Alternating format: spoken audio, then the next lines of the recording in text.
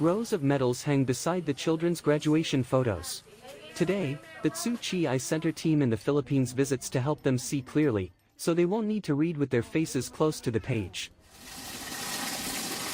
The children inherited cataracts from their father, Danilo.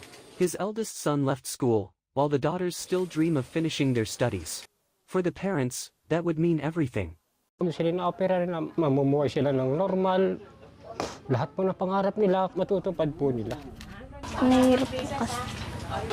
Gusto po namin lumin ng mata namin para po makatapos po ang pag-aaral.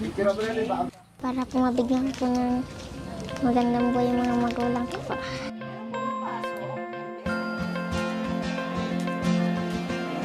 At the Tzu Chi Eye Center in Manila, doctors carried out thorough examinations for Danilo and his children.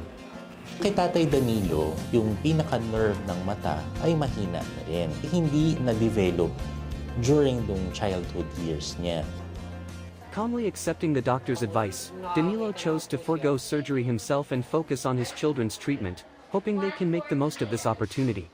Because congenital siya, yung pinaka-maximum that they can attain is not the same as somebody who acquired the cataract in adult years.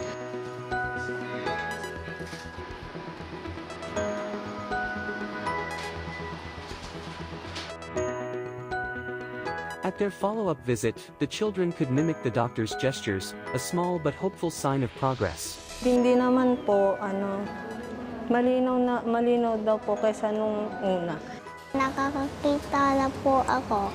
Thank you po. Kasi po inoperahan niyo po kami.